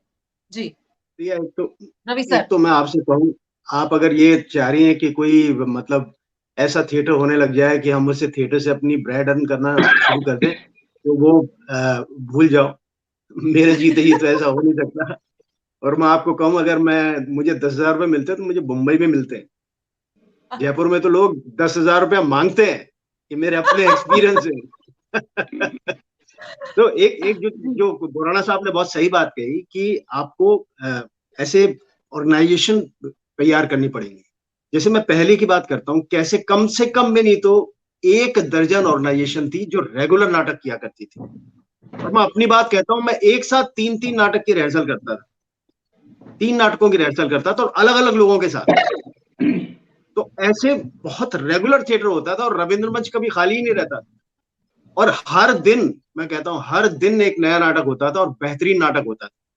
और कपिल यहाँ है, कपिल से भी मेरी जिज्ञासा है, एक्चुअली मेरा वो तो नहीं है, कि कपिल जहाँ आज जिस ऑर्गेनाइजेशन से एसोसिएटेड है, उसके फाउंडर हम लोग हैं। हमने वो ऑर्गेनाइजेशन शुरू की थी, हमने वो काम शुरू किया था, भानु भारती ने उसकी नींव रखी है, और आज भी वो स्थापित है। लेकिन मेरी एक जिज्ञासा है, कपिल मुझे शायद मेरी जिज्ञासा को पूरी तरीके से बताएगा, कि कोई भी एक ऐसी ऑर्गेनाइजेशन जिसके पास फंड की प्रॉब्लम नहीं होती। मुझे लगता है कि यूनिवर्सिटी डिपार्टमेंट के पास नाटक करने के लिए फंड की और जगह की समस्या नहीं है, क्योंकि जगह भी है और पैसा भी गवर्नमेंट से मिलता ही होगा। अभी मुझे पता नहीं क्या सिचुएशन है, क्योंकि वहां पे एनएसडी के भी हैं, कपिल भी अपने आप में बहुत मतलब पूरा एक जद्दोजहद करके इस सीट के ऊपर बैठे हैं, आसानी से नहीं आया है ये भी यहाँ पर, मैं जानता हूँ इसको अच्छे से। लेकिन मैं एक चीज आपको कहना चाहता हूँ, वो कपिल मुझे उसको बताएगा कि मैंने जब ये भानु भारती ने जब ये शुरू किया था, तब मैं यूनिवर्सिटी में पढ़ता था, नहीं कॉलेज में पढ़ता था। तो उन्होंने ये कहा था कि जब 5 बजे से हमारी ये क्लासेस शुरू होंगी और 5 बजे अगर 5:05 पे आप आए तो क्लास में नहीं बैठेंगे, बाहर बैठो। ये उन्होंने एक नियम बनाया था। तो मैं तो आज कहता हूं कि एक नियम हमारी सबसे बड़ी चुनौती है। और वो और प्रिया, मैं आपको ये बात दावे से कह सकता हूं, मैं अपनी बात कहता हूं, वो जो नियम था जो भानु भारती ने हमको सिखाया, उस नियम से ही आज मैं 35 साल से ये काम कर पा रहा हूं। क्योंकि उसी नियम को मानते हुए, उनके नियम को हमने स्वीकार किया और आज भी हम उनको अपने गुरु के रूप में गुरु ही है हमारे, मानते क्या है, उनको अपना गुरु मानते हैं। मैं भट्ट जी को अपना गुरु मानता हूं। तो ये जो परंपरा है ना नाटक में, अपने लोगों से कुछ सीखना और जो सीखा है उसको ये कहना कि मैंने उनसे ये चीज सीखी। तो अगर मैं ये बात कहूंगा तो आज की जो जनरेशन है जिसमें ये चीज लैक करती है, आप मानोगी, मैं मतलब ऐसी एक छोटा सा एग्जांपल देता हूं। मैंने जब ये नाटक किया था इनके साथ, तब मुझे मतलब हम तो बॉम्बे से लेके आए थे, शिवदास घोड़के उसमें थे, इतने बड़े तमाशा के वो जानकार हैं। किसी ने मतलब कपिल उसमें अपवाद हो सकता है, किसी ने भी ये जानने की कोशिश की उस डायरेक्टर से कि भैया तमाशे के बारे में हमें आप एक दिन बैठ करके बताओ कि तमाशा का कैसे ओरिजिन हुआ, क्या हुआ। इसके बारे में किसी ने जानने की जिज्ञासा किसी की नहीं। बल्कि मतलब कितनी बार उसको बेचारे को लेट डाउन भी होना पड़ा। बीच में तो उसने ये भी कह दिया कि नाटक को बंद कर दो यार, नहीं होगा। तो ऐसी सिचुएशन में नाटक होता है। मतलब हम तो अपने आप को प्रोफेशनल कहते हैं, मैं अपनी बात करता हूँ, मैं तो बहुत प्रोफेशनल आदमी हूँ। तो नाटक में जो चीज छूट रही है वो तो एक तो कमिटमेंट छूट रहा है। सबसे बड़ा हमारा जो विषय है आज कमिटमेंट में। प्रिया तुम मानोगे नहीं, नाटक शुरू करने से पहले लोग ये पूछते हैं कि सर मुझे कितने पैसे मिलेंगे। ये मतलब आप एक ही दिन में मुर्गी को काट सकते हो क्या? मैं कहता हूं आप कितना, कौन सा नाटक अभी आप करके आए हो, क्या नाटक है आपका? 50-70 शो उसके कर चुके हैं आप, क्या अभी नाटक आपने किया है? तो मुझे बताइए आपने हाँ, तो वो नाटक के ऐसे ही हो गया 50-60 शो। अगर वो एक्टर काउंट भी करेगा तो कम से कम नहीं तो उस एक्टर ने उस शो से कम कुछ भी नहीं हुआ तो 50,000 रुपये तो कमाए होंगे, नहीं कमाए होंगे। कहीं आपको मिला होगा, कहीं नहीं मिला होगा। तो ये जो कमिटमेंट की मैं आपसे बात कर रहा हूं ना, इसकी बहुत कमी है। उनको लगता है कि पता नहीं सामने वाले को क्या मिल रहा है जो ये हमको नहीं दे रहा है। सबसे बड़ी दिक्कत ये होगी जो कभी कोई नहीं पूछता। प्रिया, मैं तो आज तुमसे कह रहा हूं, मैं आज भी नाटक करता हूं। मैं इला अरुण से पिछले 30-35 साल से उसके साथ नाटक कर रहा हूं। मैंने अभी 6 साल पहले जब वो नाटक कर रही थी तब मैंने उससे पूछा, क्योंकि मुझे पता था उसके अंदर बहुत सारे उसको स्पॉन्सर। तो मैंने पूछा, भाई जी ये बताओ इस बार आपने मेरे लिए क्या बजट रखा है, आपने रखा है क्या? तो उसी ने मुझे कहा कि रवि मैं तुझे इस शो में, इन शोज में 10,000 रुपए ज्यादा दूंगा, 7 शोज है जिनमें मैं तुझे 10,000 रुपए दूंगा। तो विषय ये है कि नाटक से अर्न करने की बात बहुत दूर की बात है। आपको ये देखना पड़ेगा कि जो नाटक हम कर रहे हैं, पहले तो हम अपने कमिटमेंट की बात करें। पैसा बहुत बात की चीज है, नाटक से पैसा नहीं आता प्रिया, आप लोग तो करते हो, आपको भी मालूम है। सर ये बात बिल्कुल सहमत हूँ, नाटक से पैसा नहीं आता। माफी चाहूंगी, मैं आपकी बात बीच में काट रही हूँ। लेकिन जो इसको अपना करियर बना रहे हैं, या तो हम इस बात को मान लें कि नहीं करियर बनाना ही नहीं है, वो बेवकूफ लोग हैं जो उसमें करियर बना रहे हैं। लेकिन जब डॉक्टरेट कर रहे हैं, इंजीनियरिंग कर रहे हैं, वो सब कर रहे हैं, 5 साल लगा के वो डॉक्टर बन जाते हैं, इतने साल लगा के वो इंजीनियर बन जाते हैं। थिएटर करने वाला 10 साल लगा रहा है, 12 साल लगा रहा है, उसके बाद भी अगर वो ये उम्मीद करे कि उसको पैसा मिलना चाहिए, या मतलब क्यों फिर करियर बना रहा है? फिर तो हम रंगमंच को शौकिया ही रहने दें, फिर हम उसमें करियर क्यों बना रहे हैं? जो सवाल मेरा था वो यही था कि अगर नाटक में पैसा नहीं है तो हमें ये घोषणा कर देनी चाहिए फिर तो, कि ठीक है नाटक को करियर के रूप में मत लो। फिर तो जो रमेश खुराना सर ने कहा था कि हम नाटक को फिल्मों में जाने की सीढ़ी बना रहे हैं, तो फिर ठीक है, फिर तो यही होना चाहिए। हम बात करें रोजगार कैसे जुटाएं सर, क्योंकि जुटना चाहिए वाकई में। आज अगर मैं हूं, मैं इतने सालों से रंगमंच कर रही हूँ, तो मुझे भी लगता है कि भाई मैं ठीक है, मैं एक फीमेल हूँ, मेरे हस्बैंड है जो मेरा ब्रेड एंड बटर कर लेंगे, बट एक मेल या एक फीमेल जो इंडिविजुअल रह रही है वो अपना ब्रेड एंड बटर कैसे निकालेगा सर? या तो फिर वो वही वाली बात है, हम थिएटर को करियर का ऑप्शन ही छोड़ दें, और अगर करियर का ऑप्शन रख रहे हैं तो सबसे बड़ा सवाल वही आएगा सर। मैं वो बिल्कुल मेरा आपसे सवाल कह है रहा हूँ कि थिएटर कभी भी आपका कैरियर का ऑप्शन नहीं हो सकता। अगर बॉम्बे में नहीं हो सकता तो जयपुर में तो सोचना ही मतलब अजब जी बात जी है। जी जी। मैं आपको बताता हूँ, अभी 3 साल पहले ही मैंने एक नाटक किया अपनी डॉटर को लेके। उसमें मैंने जी 40 लाख रुपया खर्चा किया, 40 लाख रुपया। ओ, और जब मैंने शो किया पहले दिन, उस पे मैक्सिमम टिकट था 2,500 रुपया। और तुम मानोगी, बिलीव करोगी, उस नाटक को जब देखने लोग आए तो 2,500 रुपया लेकर के देखने वाले ज्यादा लोग थे, 1,000 रुपया लेकर के देखने वाले कम लोग थे। तो जब कलेक्शन आया, जब मैंने ये देखा यार, ये तो बड़ा जिम्मेदारी का काम है। और नाटक का रिव्यू हुआ, जब नाटक का रिव्यू हुआ, जब उसमें नाटक में कई सारी चीजें हमारी क्रिटिसाइज की गई, हमारे स्क्रिप्ट को क्रिटिसाइज किया, हमारे अभिनय को भी क्रिटिसाइज किया, तो वो हमने ये समझा कि यार ये जो हमारी जिम्मेदारी बहुत हो गई। कोई आदमी 2,500 रुपया देकर के आपका नाटक देखने आ रहा है, आप उसको क्या दिखाओगे? आप उसको कचरा दिखाओगे? तो आपको तो बेहतर तो होना ही पड़ेगा। तो ये जो आप जो बात कह रही है ना कि नाटक से हम अपनी ब्रेड और बटर अर्न कर सकते हैं, आप इतिहास उठा के देखो, जितने भी नाटककार, जितने भी एक्टर्स हुए हैं या नाटककार हुए हैं, 90% से भी ज्यादा लोग बाग किसी न किसी प्रोफेशन में है। कोई कहीं पीडब्ल्यूडी में नौकरी कर रहा है, तो कहीं कोई टेलीफोन डिपार्टमेंट में है, तो कहीं कहीं एलडीसी है, कहीं कोई यूडीसी है, कोई कहीं क्या है, कहीं इसके अलावा लोग है ही नहीं। लेकिन सबसे बड़ी दिक्कत वहां क्या होती है कि उनके पास एक एक ऑप्शन है, नाटक उनके लिए सेकेंडरी है, हमेशा सेकेंडरी रहा। मतलब जब हम नाटक करते थे तो कई बार हमको रिहर्सल हमारी कैंसिल करनी पड़ती थी। क्यों? वाह यार, वो भटजी नहीं आ पा रहे हैं, उनका उनकी उनकी ड्यूटी का कोई इश्यू आ गया। तो इस तरह की बातें हरिनारायण होती शर्मा हैं। जी, हरिनारायण शर्मा हाँ, जी कह रहे हरिनारायण हैं well Sharma, said sir, very true. Harinarayan Sharma ये को नहीं नहीं क्या, नहीं क्योंकि जी, वो ये मैं उनसे जानना मैंने चाह रही हूँ। ये अभी हम रवि, मैं तो संभावनाओं पे बात कर रहे हैं, संभावनाओं पे बात कर रहे हैं, तो अब हम उसी पर आ रहे हैं कि ठीक है, जो था सो हो गया, या हम दूसरी नौकरी में रहते हुए नाटक कर लेंगे। लेकिन अब हम संभावनाओं की जो बात कर रहे हैं कि क्या संभावनाएं हो सकती हैं, या क्या संभावनाएं हम पैदा कर सकते हैं रोजगार को लेकर। नई तकनीक आ रही है, जैसे किंकनी द्वारा एक प्रश्न पूछा गया कि तकनीक के कारण नाटक महंगे होते हैं क्या? तकनीक कम करने से या उसको आसान बना देने से, प्रस्तुतिकरण को आसान बना देने से क्या नाटक करना आसान होगा? तो ये सारी चीजें हैं, लेकिन हम उसकी संभावनाओं की बात करें कि किस तरह से, और नहीं, क्योंकि युग अब तकनीक का है। तो कपिल नहीं, जी, क्योंकि आप यूनिवर्सिटी में हैं, जी जी सर, रवि सर जी। मैं दो बात कहूंगा, फिर मैं भाई साहब से भी इस पे अपनी वो जानना चाहूंगा। भाई साहब ने जो बात कही थी, मैं फिर उस बात को दोहराना चाहता हूँ कि जो ऑर्गेनाइजेशंस काम कर रही थी या जो ऑर्गेनाइजेशंस हैं, उन ऑर्गेनाइजेशंस को आपको थोड़ा बड़ा करना पड़ेगा। और क्योंकि वही फंड रेज करती थी, आज ऐसा नहीं हो रहा है।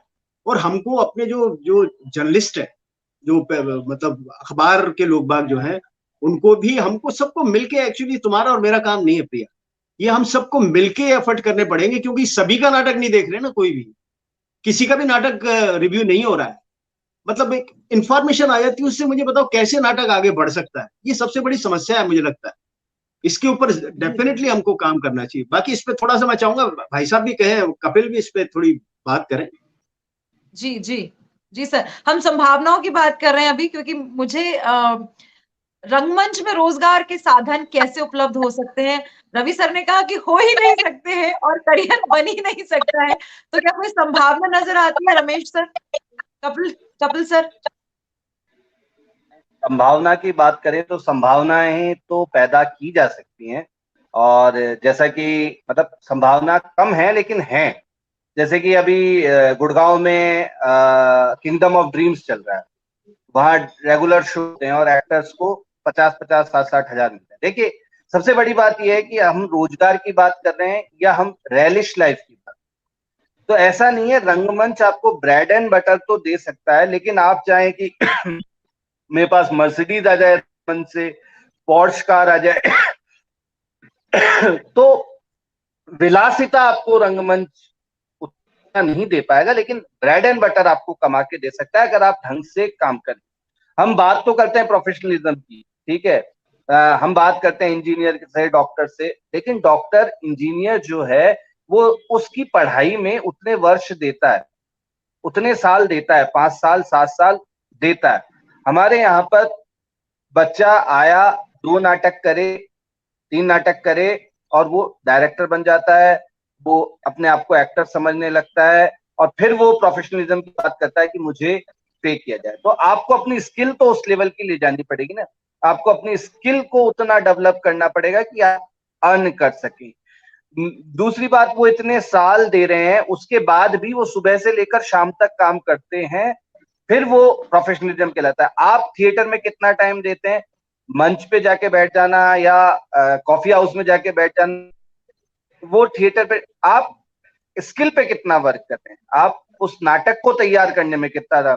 नाटक की रिहर्सल तो आपने 1 घंटे करी, 2 घंटे आपने इधर उधर की बातें करी, आपने सिगरेट फूक ली, चाय फूक ली, समोसे खा लिए और फिर आप कह रहे हैं कि थिएटर इस तरह का नहीं होता। तो आप समय अपने प्रोफेशन को दे रहे ना। प्रोफेशनल का मतलब है कि आपका वर्किंग पैटर्न भी प्रोफेशनल होना चाहिए।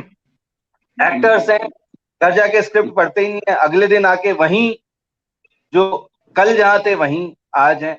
तो एक्टर अपना वर्क ही नहीं कर रहा है।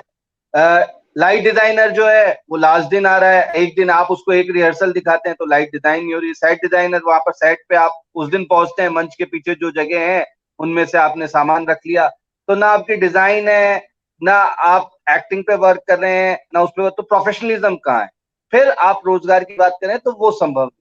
लेकिन अगर आप प्रोफेशनली थिएटर करेंगे, अच्छा रंगमंच करेंगे, तो बहुत सी संभावनाएं हैं।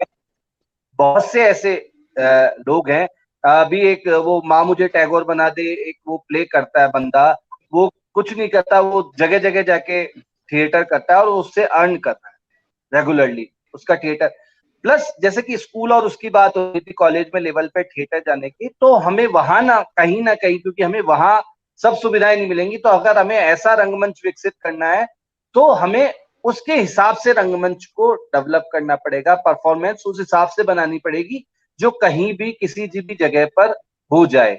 रंगमंच के सारे उसमें पहलू इन्वॉल्व नहीं होंगे, उस तरह की परफॉर्मेंस बनानी पड़ेगी जिसके मल्टीपल शो किसी भी स्कूल में, किसी भी चौराहे पे जाकर आप इस नाटक को कर सकें या उन लेवल पे नाटक को कर सकें। वहां फिर आपको अपनी दार्शनिक समझ या क्रिएटिव जो चीज है उसको छोड़कर ऑडियंस के हिसाब से नाटक को बनाना पड़ेगा। जी जी जी। मैं बोराना सर से अभी जानना चाहूंगी, क्योंकि बोराना सर एक सिस्टम में है। नई शिक्षा नीति जो आई है, इसमें परफॉर्मिंग आर्ट को लेकर काफी संभावनाएं जताई गई हैं। अभी क्या स्थिति है या आने वाले समय में क्या संभावनाएं हो सकती हैं? फिर से मेरा वही है कि रोजगार को लेकर ओटीटी प्लेटफॉर्म्स हमारे बीच में आ गया है, जिसमें हम फिल्में भी देख पा रहे हैं, नई नई तकनीकें आ गई हैं। तो मैं बोराना सर आपसे जानना चाहूंगी कि नई शिक्षा नीति किस तरह से लाभप्रद हो सकती है हमारे परफॉर्मिंग आर्ट फील्ड के लोगों के लिए। देखिए प्रिया, मैं इस नई शिक्षा नीति के बारे में कहने से पहले रवि और कपिल की दोनों की बातों का थोड़ा सा उसको आगे बढ़ाना चाहता हूँ। बिल्कुल बिल्कुल। रवि ने ठीक कहा कि अभी रंगमंच जो है, देखिए हमें प्रोफेशनल और कॉमर्शियल में फर्क समझना होगा। प्रोफेशनल एटीट्यूड होता है जी, जो चाहे हम एमेच्योर थिएटर करें या कॉमर्शियल थिएटर करें, वो एटीट्यूड प्रोफेशनल रहना ही चाहिए। ये पहली शर्त है एक एक्टर के लिए, रंगकर्मी के लिए। और वो रंगमंच कॉमर्शियल है या अव्यवसायिक है, ये एक अलग मुद्दा हो सकता है। तो देखिए रंगमंच को अभी कॉमर्शियल होने में मैं सोचता हूं कि वक्त लगेगा। हम इसको समझने के लिए अपने पारंपरिक थिएटर में और लोक रंगमंच में जाए और पारसी थिएटर का एक जो युग आया था उसकी कल्पना को देखें, तो जो देखें कि जो पारसी थिएटर करने वाले लोग थे या जो हमारे लोकनाट्य करने वाले लोग थे, वो भी ब्रेड बटर नहीं खा सकते थे, बाजरे की रोटी और जो केर कामटी का सब्जी तक तो ठीक ठीक था ये मामला। इसलिए इस मामले में हम रंगकर्मियों को संत भी कहा गया, फकीर भी कहा गया है। तो देखो भाई, फकीरी का जीवन जीना है तो बहरहाल रंगमंच करें।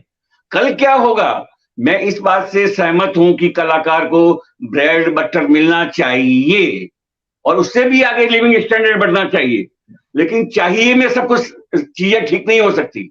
हाँ, उसके लिए जैसे रवि कह रहे थे कि अभी मुंबई और कलकत्ता में भी ये स्थिति नहीं है, जहां महानगर है वहां भी अभी ये स्थिति नहीं है। तो रंगमंच अभी इतना पैसा देने में सक्षम नहीं है, लेकिन संभावनाएं क्या है। जैसे देखिए, मेरे जोधपुर में मैंने 8-10 बच्चों को इंग्लिश मीडियम स्कूल में लगवा दिया कि वो वहां पर जाते हैं, पार्ट टाइम थिएटर पढ़ाते हैं और कराते हैं।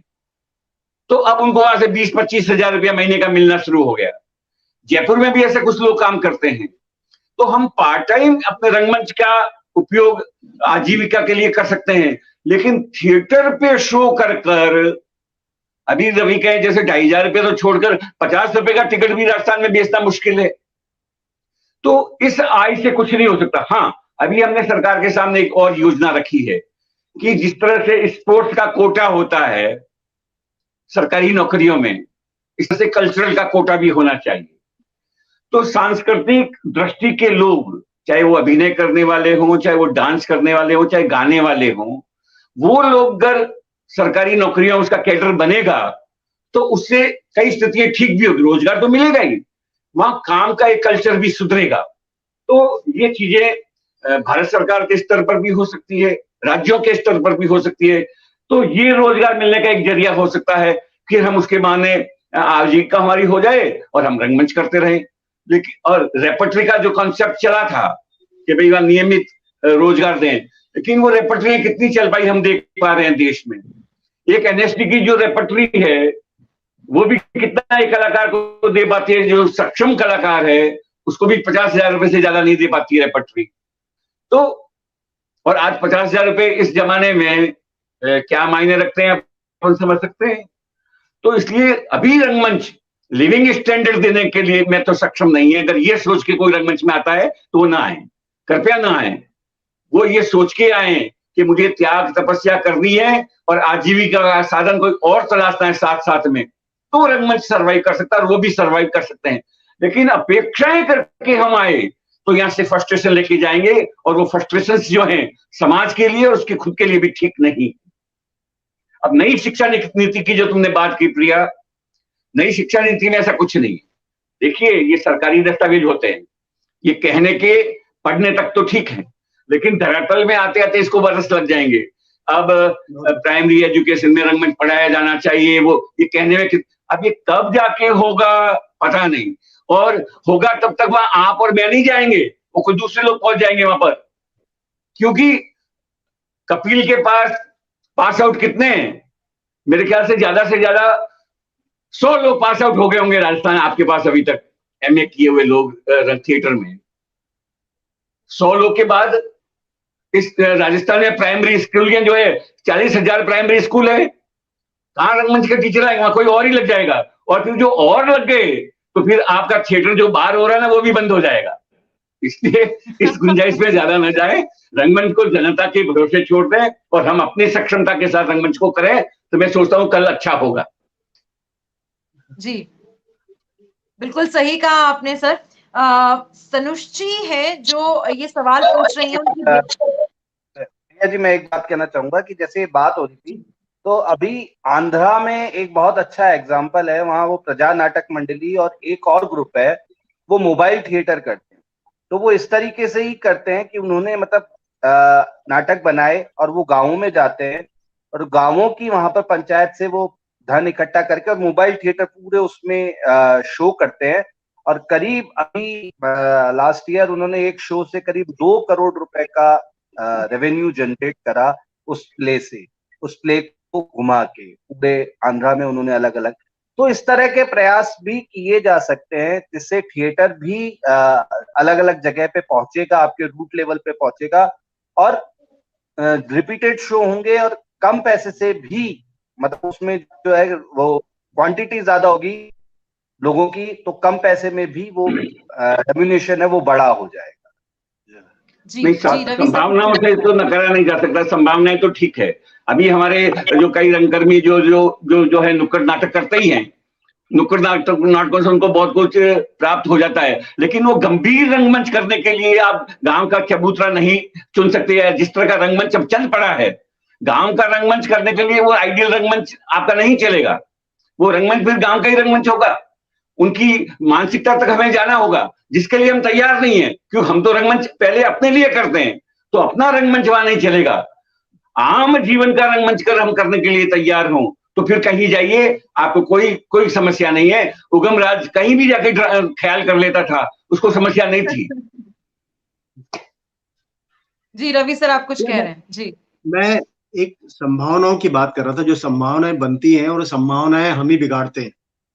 मैं एक आपको इसका एक छोटा सा एग्जांपल देना चाहता हूं। हमारे जयपुर में इतने ज्यादा अनसोशल एलिमेंट मूव कर रहे हैं जिनका थिएटर से कोई लेना देना नहीं, और वो ये कहते हैं कि हम थिएटर करते हैं, हम ही थिएटर जानते हैं। मैं एक छोटी सी बात आपसे कहना चाहता हूं, मैं उसकी डिटेल में नहीं जाना चाहता। जेके के अंदर एक रेपेट्री शुरू हुई थी।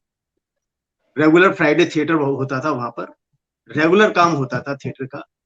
मुझे और वो मेरे ख्याल से 1-2 साल, कितने साल चली मुझे पता नहीं हुआ रेपेट्री। मतलब मेरे लिए तो ये इतना सुकून का विषय था कि यार मेरे शहर के अंदर एक थिएटर की रेपेट्री चल रही है, चाहे उसको सरकार फंड करती थी। उसके अंदर एक बेहतर बात, मेरा कहना है कि नाटक होना चाहिए। उसकी सबसे बेहतरीन बात ये थी कि हर फ्राइडे नाटक होता था, हर फ्राइडे आपको नाटक देखने को मिलता था। वो चीज बंद हो गई, हम ही ने शुरू की और हम ही ने बंद कर दी।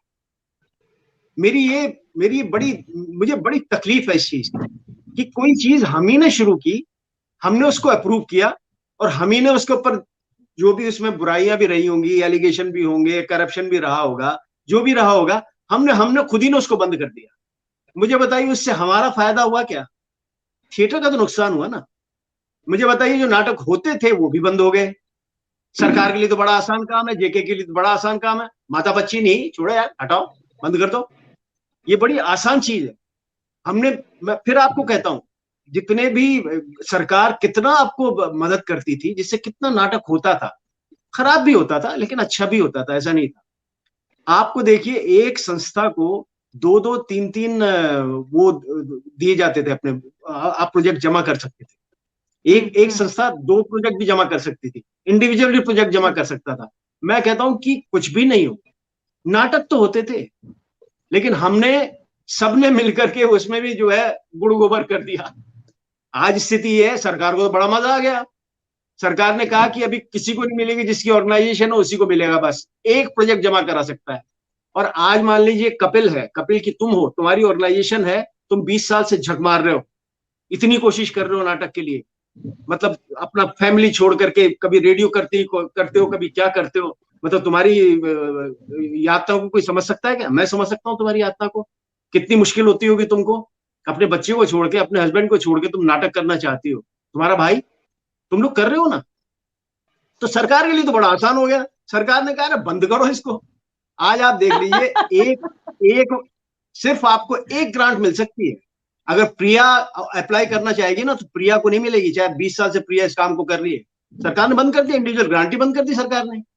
तो हम खुद ही अपने जो है अपनी कब्र खोदने में लगे हुए हैं और कब्र खुद रही है। उससे मैं कहता हूं हमारा नुकसान नहीं हुआ भाई। हमारे लिए नाटक कभी भी प्रायोरिटी यूं नहीं रहा, क्योंकि हम जो काम करते हैं, हम तो सिनेमा का काम करते हैं, थिएटर भी हम करते हैं, क्योंकि थिएटर हमारे लिए बहुत जरूरी है। मैंने नाटक छोड़ा ही नहीं। मैंने कम से कम यहाँ पे कुछ भी नहीं तो कम से कम 700 शोज मैं कर चुका हूँ आज तक बॉम्बे में, काफी दुनिया भर में हम घूम चुके हैं लेकर के। तो हम तो नाटक कर ही रहे थे, लेकिन क्योंकि आज मैं अपनी एक जिम्मेदारी समझता हूँ, इसलिए सारी बातें कर भी रहा हूँ आपसे, कि हम जो लोग हैं, हम ही अपनी चीज को ठीक करना चाहते हैं और हम ही उसको बिगाड़ते भी हैं। तो ये जो बिगाड़ने की जो प्रथा शुरू हुई है ना, वो नाटक की संभावनाओं को बहुत खत्म कर रही है।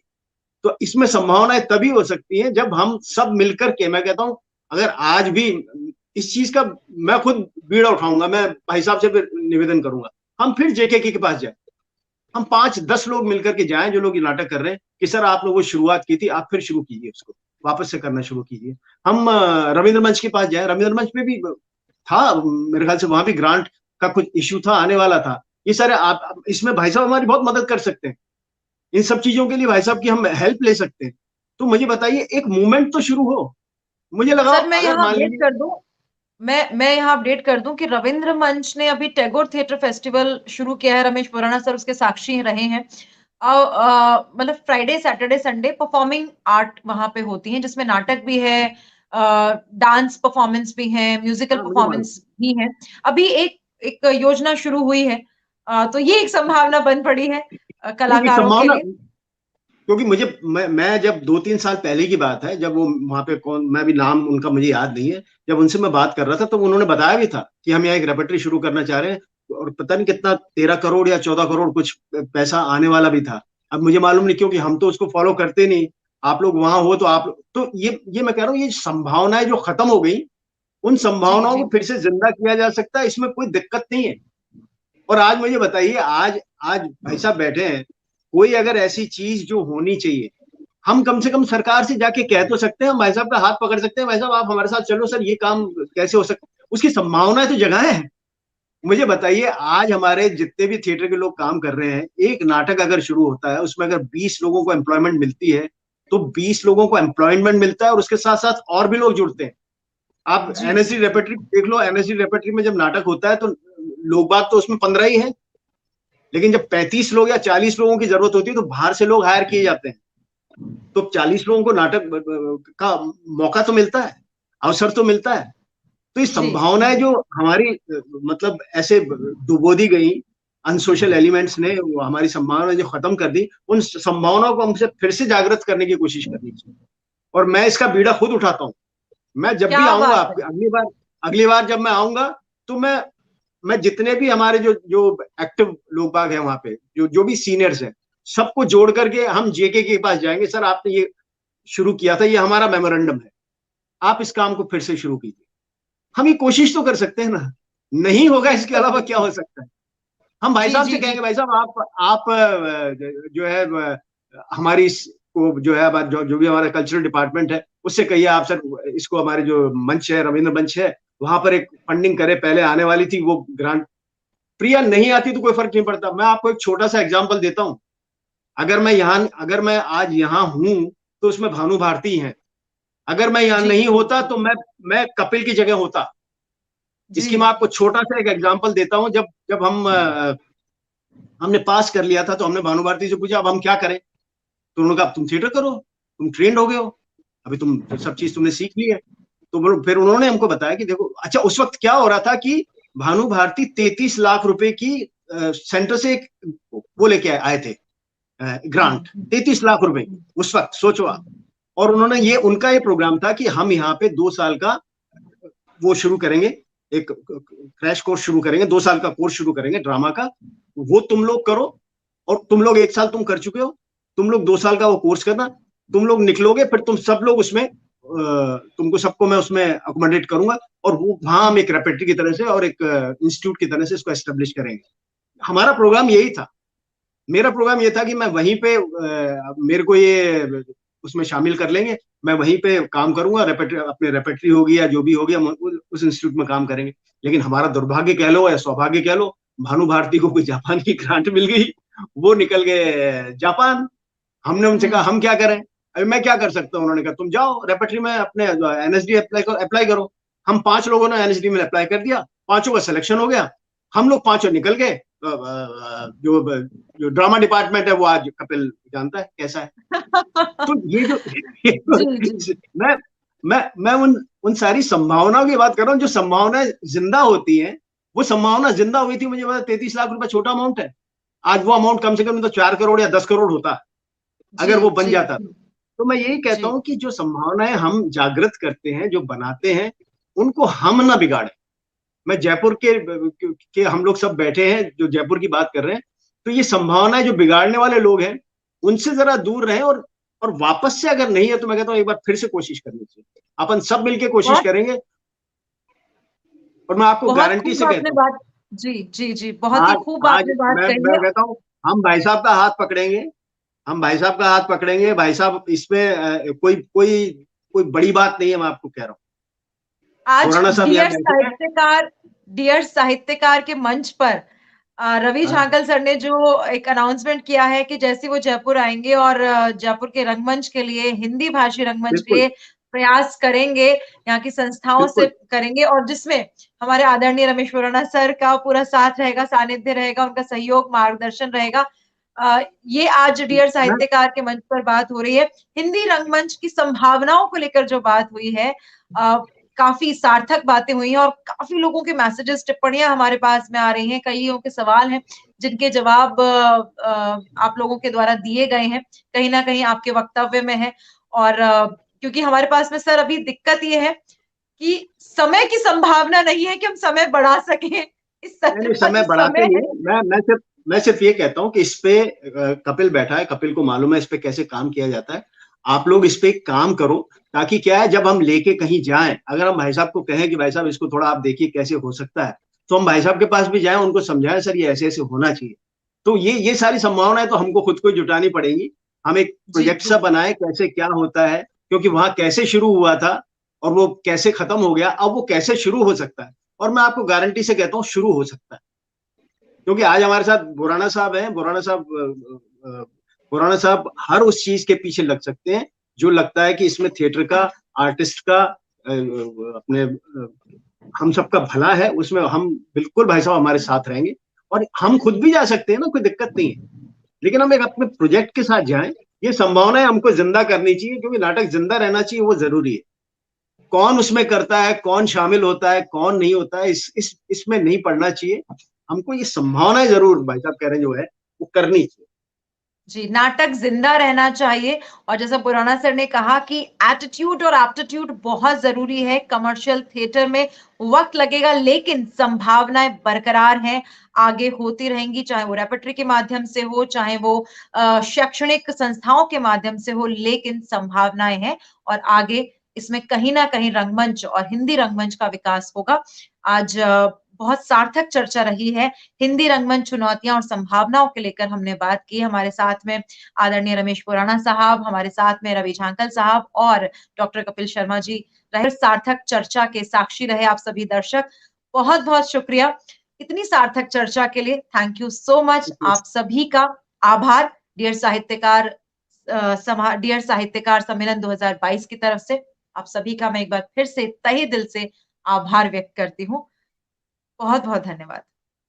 डियर साहित्यकार का बहुत बहुत धन्यवाद। Thank you. Thank you.